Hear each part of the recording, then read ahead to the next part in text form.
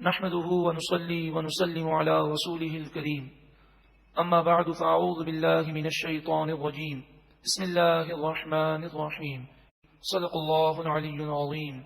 رب العالمین ہمیں نور قرآن پاک سے منور فرمائے، آمین. سب سے پہلے ہم سورۃ الشعراء کی آیت نمبر 123 ہم سماعت کریں گے. ارشاد فرمایا کذبت عاد المرسلین، قوم عاد نے رسولوں کو جھٹلایا. اذ قال لهم اخوهم ہود الا تتقون، جب ان کے ہم قوم حضرت ہود علیہ الصلوۃ والسلام نے ان سے فرمایا کیا تم اللہ سے نہیں ڈرتے؟ انی لکم رسول امین، بے شک میں تمہارے لیے رسول امین ہوں، امانت دار ہوں، جو اللہ کا حکم ہے وہی تمہیں پہنچانے والا ہوں. فاتقوا اللہ، بس تم اللہ سے ڈرو. وَأَطِيعُونَ، اور میری فرما برداری کرو. وَمَا أَسْأَلُكُمْ عَلَيْهِ مِنْ أَجْرٍ، اور میں تم سے اس تبلیغ دین پر کوئی اجرت کوئی معاوضہ نہیں مانگتا.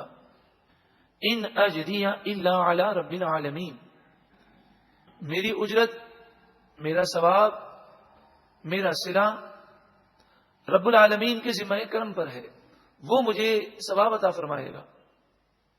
اتبنون بکل ریع، کیا تم ہر بلند جگہ پر بناتے ہو آیتن، کوئی نشان، کوئی عمارت، تعبثون، تم لوگوں کا مذاق اڑاتے ہو. قوم عاد کی عادت تھی کہ وہ پبلک ایریاز میں جہاں سے قافلے گزرے وہاں پر بلند جگہ پر وہ عمارت بناتے اور اس پر بیٹھ جاتے. وہاں سے گزرنے والوں پر وہ چیزیں پھینکتے، ان کا مذاق اڑاتے، اور کبھی کبھی انہیں ڈرا دھمکا کر ان کے مال پر وہ قبضہ کر لیتے، یعنی ڈاکہ زنی بھی کرتے.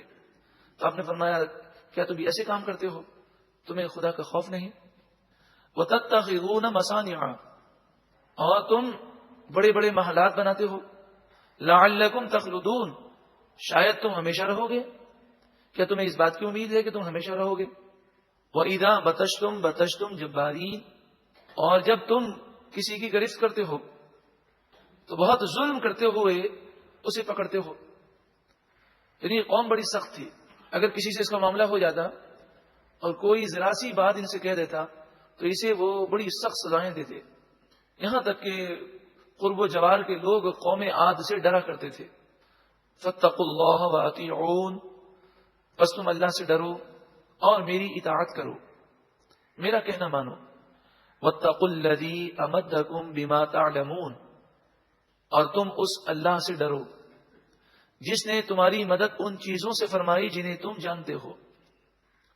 امدکم بانعام وبنین، اللہ نے تمہاری مدد جانور مویشیوں اور اولاد کے ذریعے فرمائی کہ تمہیں یہ مال اور اولاد عطا فرمائے. وجنات وعیون، اور کئی باغات اور کئی چشمے تمہیں عطا فرمائے اور اس کے ذریعے تمہاری مدد فرمائی. تمہیں چاہیے کہ تم شکر کرو اور اللہ کے فرما بردار بن جاؤ. انی اخاف علیکم عذاب یوم عظیم، بے شک تم پر میں بڑے دن کے عذاب کا خوف کرتا ہوں کہ وہ دن جو مقرر ہے اس دن تم ہلاک کر دیے جاؤ گے. اس دن کے عذاب سے مجھے ڈر لگتا ہے. قالوا، وہ بولے کافروں نے کہا سواء علینا اوعظت، ہم پر برابر ہے. اوعظت، کیا آپ نصیحت کریں؟ ام لم تکن من الواعظین، یا آپ نصیحت کرنے والوں میں سے نہ ہوں. یعنی آپ کی نصیحت کا ہم پر کوئی اثر نہیں ہوگا. آپ نصیحت کریں نہ کریں ہمارے لیے برابر ہے. لیکن پھر بھی آپ نصیحت کرتے رہے کیونکہ آپ اپنے فرض کو نبھاتے رہے. یہی مومن کو چاہیے کہ وہ مخالفت کو نہ دیکھے، وہ اپنے فرض کو پورا کرے اور نیکی کی دعوت کو عام کرے. ان ھذا الا خلق الاولین، یہ تو پہلے لوگوں کا طریقہ رہا ہے. مراد یہ ہے کہ پہلے لوگ بھی اس طرح کہتے رہے ہیں کہ اگر اللہ کی نافرمانی کرو گے تو عذاب آ جائے گا. تو یہ پرانی باتیں ہیں، ہم سن سن کر تھک چکے ہیں. آج بھی اگر آپ کسی کو نصیحت کریں تو بعض ایسے نادان بھی ہوتے ہیں کہ وہ نصیحت کو یہ کہتے ہیں یہ تو سنی بھی بات ہے، یہ تو پرانی بات ہے. نصیحت کبھی پرانی نہیں ہوتی. سب سے پہلی بات تو یہ ہے کہ جب تک نصیحت پر عمل نہ کریں وہ نصیحت سننے کا کما حق ہو فائدہ حاصل نہیں ہوگا. تو ہمیں یہ نہیں دیکھنا چاہیے کہ یہ بات ہماری سنی ہوئی ہے کہ نہیں ہے. ہمیں یہ دیکھنا چاہیے کہ ہم نے اس پر عمل کیا یا نہیں. اگر عمل کیا ہے تو اللہ کا شکر ادا کریں, اور اس نصیحت پر ہمارا عمل نہیں تو عمل کے لیے کوشش کریں. وما نحن بمعذبین, اور ہمیں عذاب نہیں دیا جائے گا. یہ صرف ایسی ہی باتیں ہیں. فکذبوہ, بس انہوں نے حضرت ہود علیہ السلام کو جھٹلا دیا. فاہلکناہم, بس ہم نے انہیں ہلاک کر دیا.